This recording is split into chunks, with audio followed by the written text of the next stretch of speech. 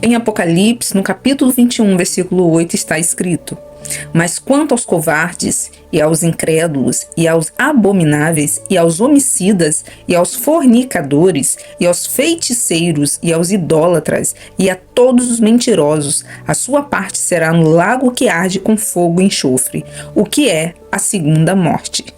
Agora, vamos fazer uma correlação com o transtorno de personalidade narcisista.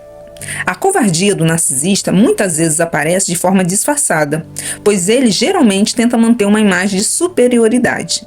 No entanto, há comportamentos específicos que revelam sua covardia. Podemos citar, entre eles, que ele foge da responsabilidade. Sim, o narcisista evita assumir a culpa pelos próprios erros. Ele culpa os outros, parceiros, colegas, familiares, por tudo que dá errado com ele, mesmo quando a culpa é claramente dele. Ele também não enfrenta conversas difíceis. Em vez de lidar com conflitos de forma madura, o narcisista pode se afastar, fazer o ghosting ou agir de forma passiva-agressiva para evitar encarar verdades ou consequências. O narcisista precisa controlar para não ser exposto. Por medo de ser visto como fraco ou incompetente, ele manipula pessoas e situações. Essa necessidade extrema de controle é, na verdade, um sinal de insegurança e covardia emocional. O narcisista ataca quando se sente ameaçado. Quando confrontado com críticas, o narcisista reage com raiva ou desprezo, não por força, mas porque tem medo de ser desmascarado ou perder o controle da narrativa. O narcisista distorce a realidade para parecer vítima. Ao invés de admitir falhas, ele muda os fatos e faz jogos mentais para parecer um injustiçado, pois encarar seus erros seria reconhecer sua fragilidade. O narcisista usa outros para fazer o trabalho sujo. Narcisistas muitas vezes manipulam terceiros para atacarem em seu lugar ou para se livrarem de uma situação difícil, evitando se comprometer diretamente.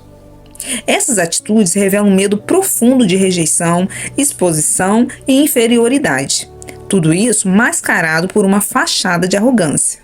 Em relação à incredulidade, quando nós falamos sobre o narcisista, não é apenas a falta de fé em Deus, mas também uma profunda desconfiança de tudo que gira em torno de si mesmo. Podemos citar exemplos da incredulidade do narcisista quando ele desacredita do arrependimento e da graça. O narcisista muitas vezes vê a fé verdadeira como fraqueza. Ele não crê na necessidade de arrependimento sincero, pois acha que não erra. A graça divina parece inútil para quem se julga acima do bem e do mal.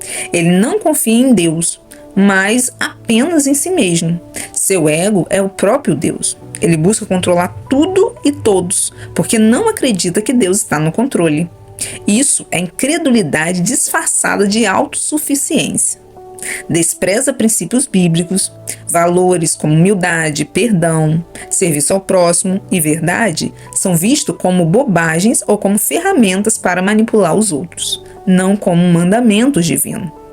Eles fingem ter fé para manipular. Quando convém, o narcisista até pode usar linguagem religiosa, citar versículos ou ir à igreja, mas isso é uma fachada. No fundo, ele não crê em Deus, e sim em sua própria imagem e influência. Também rejeita correção espiritual. O narcisista não aceita ser confrontado com a palavra de Deus. Ele resiste, se revolta ou tenta inverter o papel, atacando quem o corrige, revelando sua incredulidade em verdades eternas. Eles não temem o juízo de Deus. Como se sentem intocável, ele vive como se nunca prestará contas a ninguém, nem mesmo ao Criador. Essa falta de temor é uma expressão clara de incredulidade. Esses comportamentos refletem o que Apocalipse 21, versículo 8 denuncia: a incredulidade como uma das características que levam à condenação. O narcisista, quando vive em pecado não arrependido, pode manifestar abominações diante de Deus de várias formas. Atitudes e comportamentos que a Bíblia claramente condena. Podemos citar, entre outros, de abominação do narcisista à luz bíblica, o orgulho e a arrogância extrema. O narcisista se coloca como superior aos outros, rejeitando a humildade. Como está escrito na palavra: abominável é ao Senhor todo o que é soberbo de coração.